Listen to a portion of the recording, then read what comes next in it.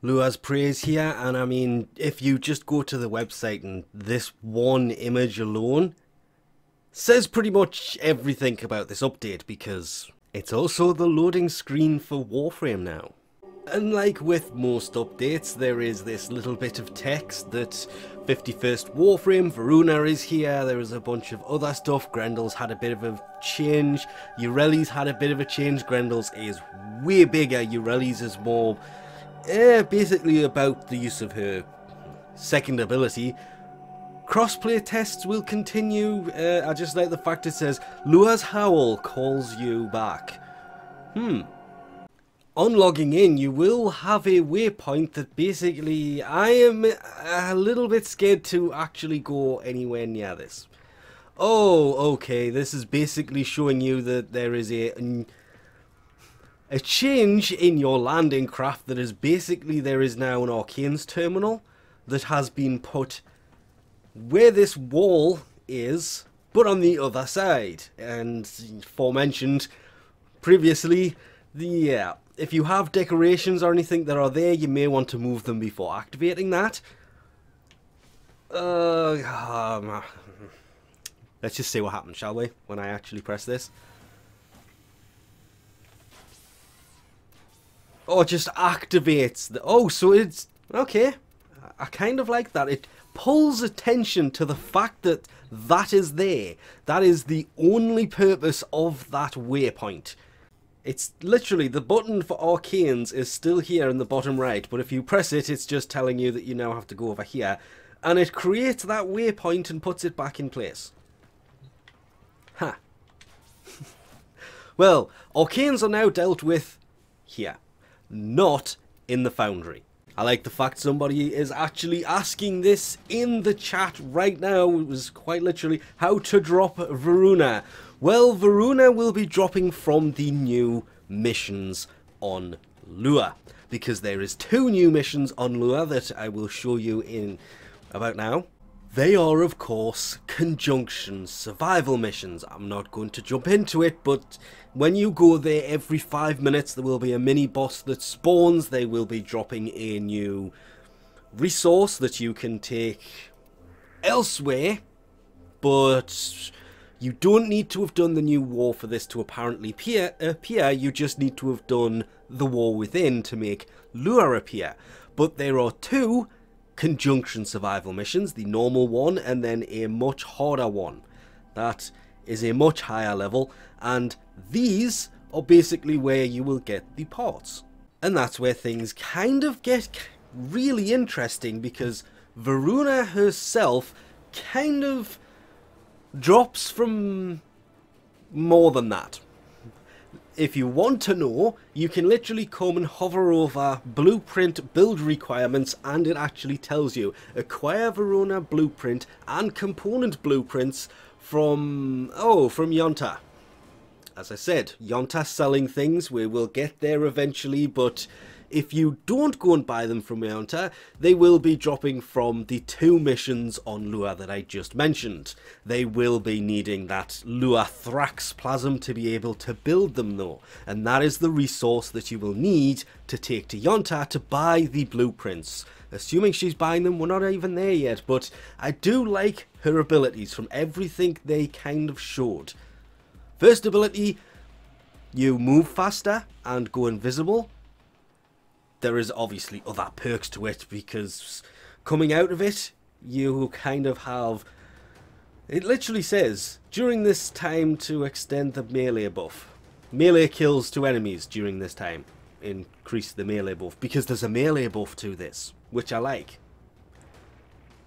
The second ability, that is the 5, and it is actually worded, 5 random status effects stacks up to 10 times each when you use this on an enemy. So 5 random statuses, but there's only 4 different status types. After that, it's 4 different combinations of status. Third ability, if you land a headshot, you will drop health and energy. This is important because health orbs now do 50 instead of 25 they used to do. Energy, I believe that's still 25, but I don't know about this ability. This is the one, this is her Helminth ability as well. But it's just... ooh, I'm torn. I like the fact that enemies killed with headshots drop energy orbs. Enemies killed with melee drop health. Fourth ability, you literally go on all fours and act like a wolf. You can up to 5 brutal attack charges once you go into this, and it looks like it's fixed because looking at the stats we have drain, range, damage a second, because slashing an enemy literally causes slash damage over time, duration and radius. Nothing to increase that 5 brutal charges that lock onto enemies, and linking these is going to be great, but then there is basically her passive that, if you note on these, is on the hold option for casting the abilities. You tap them to cast them, but if you hold them, you change the use of her passive, and you can do this at any time during the mission. Holding the first ability increases parkour velocity. Second, status effect resistance. Third, heavy attack efficiency. I actually like that one more. And the fourth one, if Varuna falls during the this time, Ulfrun dies in her place. That's right, they've given her a passive that everybody's basically going to be using by holding her fourth once you get into any mission, and it makes her not die. But be forewarned, this one is on a timer. They did mention the fact it's on a timer, so once you don't die, it's not like you can instantly cast it again and just be insta-invincible all over again. It is timed once it actually takes effect. Kind of status effect resistance until you're about to die and then try and cast the fourth are going to be the way to go with Varuna. But before we go any further, we're just going to have to jump in and go and see Yonta, which is where this goes to the Zariman. Never would have guessed her, because there's actually people here. And in here, trade for Lua Thrax plasms, and in here you will also find, if you want to go this route, because Lua Thrax Plasm, it's a guaranteed drop from doing these survival missions. So if you are farming and you are looking for one particular part, you may actually get enough of the Lua Thrax Plasm to come here and pick them up. I am aware, on the other hand, that this is not accessible to people who have just done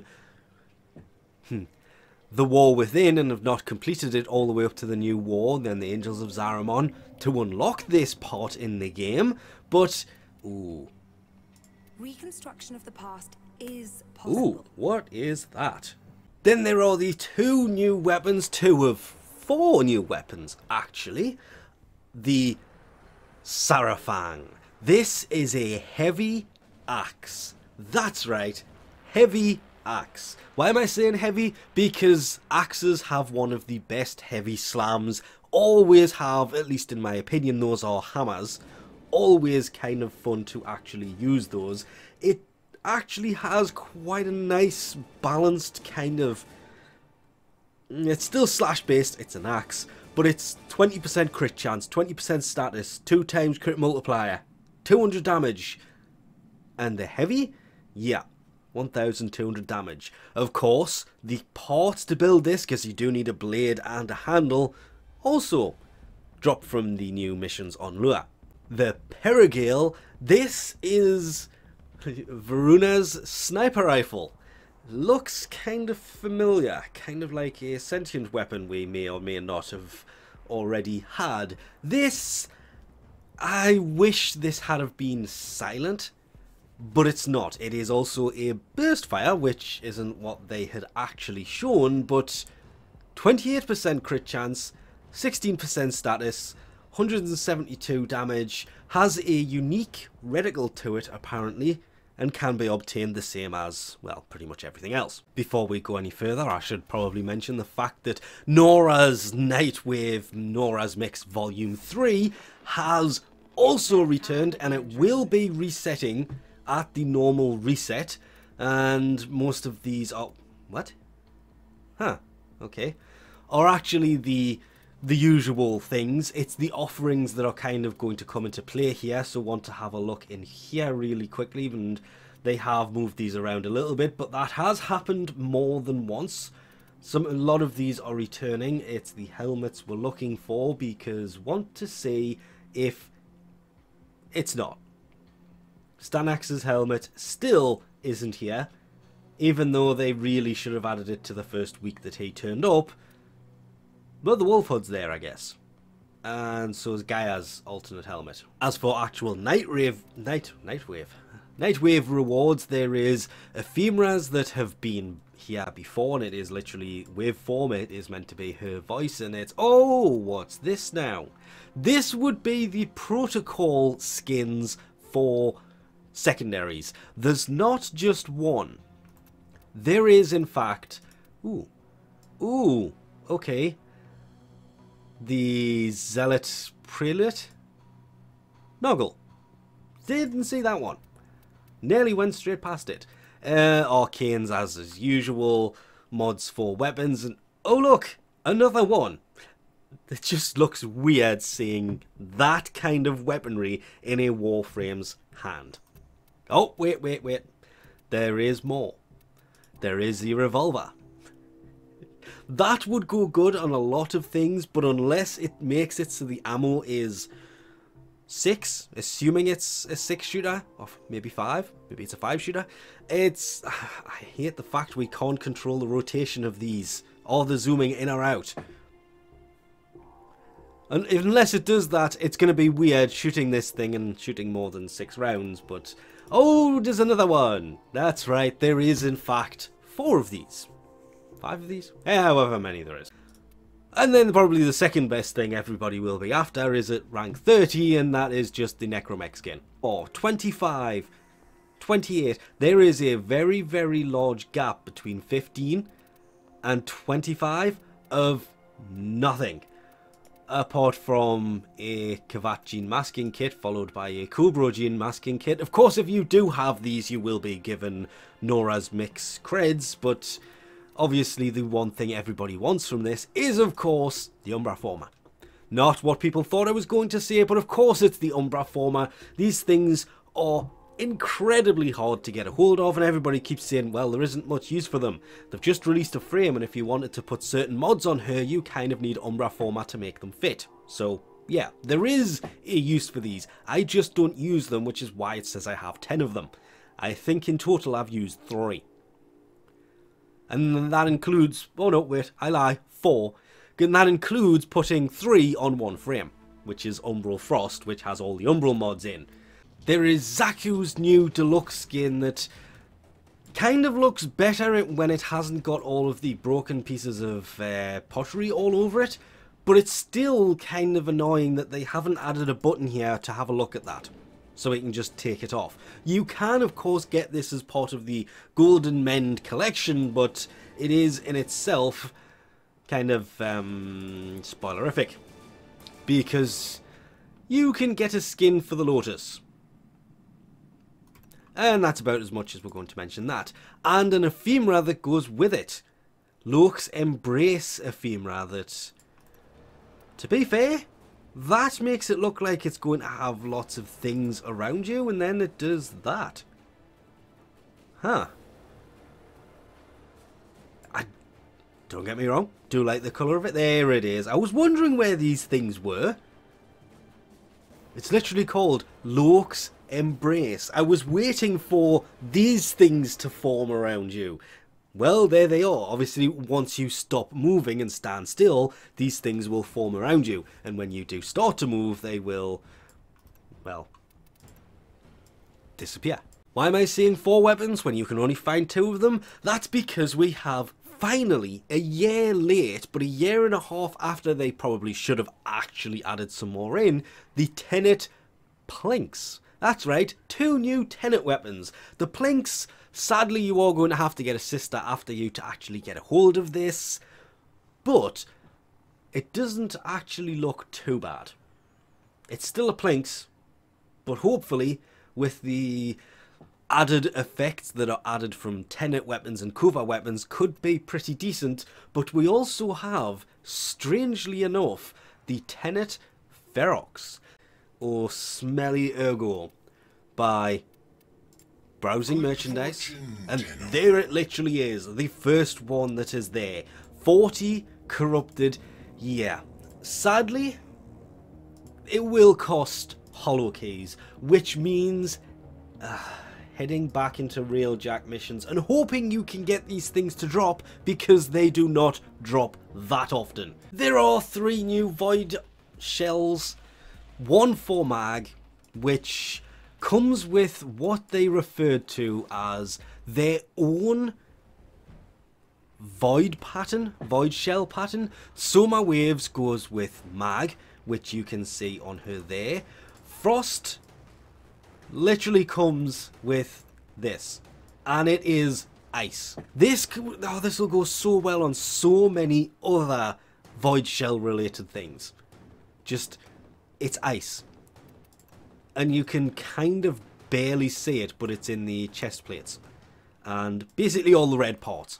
Unlike this one where it's on all of the black parts, which is why I actually like that, because it's taken away the one major issue I have with the void shells. They all look the same, because the red part just has this kind of shine to it that's fixed. That looks so much better. But obviously, Cryolipa comes with that one, and then, well, Grendel has one as well. And as they put it, it's brains. And for the first time in the marketplace, we actually have Lua's Prey that shows everything new in the marketplace that comes with this. A bit like the complete booster bundle. This one, however, I think I will actually pick up. You can buy these individual, but yeah. Landing craft decorations of each one of Runa's wolf heads. And of course, they are each individual. I meant to say not individually. I like that. I like the fact that when you place these as well, you're going to be able to adjust the size of them as well. There is also Varuna's void shell skin that I almost completely forgot about until we came here, and hers comes with, I wish we could spin these balls around as well. Rough Cryotic. Ammo pickups now have a new look. I like the universal one. That needs to drop more, because then it works for everything. Primary looks different, secondary looks different. Luckily the colours have remained the same, so you can still actually see them in game. And honestly, I was going to just jump into game to show this, but they can show it so much better with basically this. They have made changes to a few enemies as kind of a test. It starts, and then of course you strip a bit of armor, the shield goes down. You strip a bit more, armor's now gone, and the shield explodes to show that the armor is gone. I love the fact that this is here, because it just allows you to be able to see the armor is actually being stripped from the enemy, or how much armor they have. It better represents how much armor they have over the fact that, well, the orange bar, the yellow bar means they have armor, whereas when it turns red, it means they haven't got any. That's not how it's worked. They have a percentage of armor and you've never been able to see it. Till now. One of the things people aren't going to like very much about this whole update, and I'm not really going to delve that much into the changes. As I say, for Ureli, they've kind of just made it so when you stop moving, her passive doesn't die instantly, and her second ability, her K-Drive, which can never pronounce the name of that damn thing properly, yeah, that now spawns some invincibility that, yeah, it's just more usage than anything else. Sadly, I was really hoping they were going to do something better. Her fourth has the ability to stay for longer than it would before. A lot of the changes to these two has come with Grendel, and the biggest one basically comes down to that right there. Best way to actually show this. You can only... It used to be a max of 40 enemies. These people who kept telling me it's 2,500 enemies, hundreds of enemies. No, it used to max of 40, so I don't know where people are getting these numbers from. So Digital Extreme C anyway. But now, it's a max of 5 enemies. And you're going to be able to actually see them in the bottom right of the screen. Right there. It's literally highlighted. This could be problematic for everybody who actually used to use Grendel as a main, because it's going to be a learning curve, but apparently from everything they say it's supposed to be better, but so far, before it's even been launched, people don't sound too happy about this, because it's limited to 5 enemies instead of, that's not what I wanted to click on, the 40 enemy max from previous. Obviously, the videos are still pretty much exactly the same as they were before, but it comes down to shooting them out and using them as ammo. Isn't going to be as effective if you can only have 5 instead of 40. But again, it literally depends on how you use him and how well their little rework has gone for him as to how well that does play out.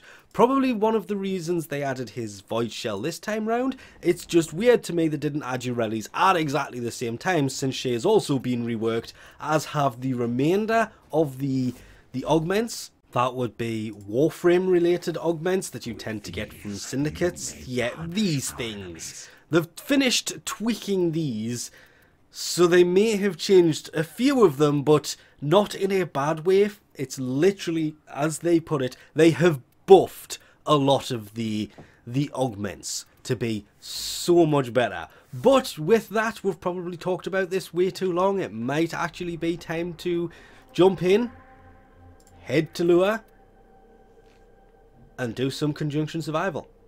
And with that, I think we'll leave this off here. Thanks for watching, and I'll catch you next time.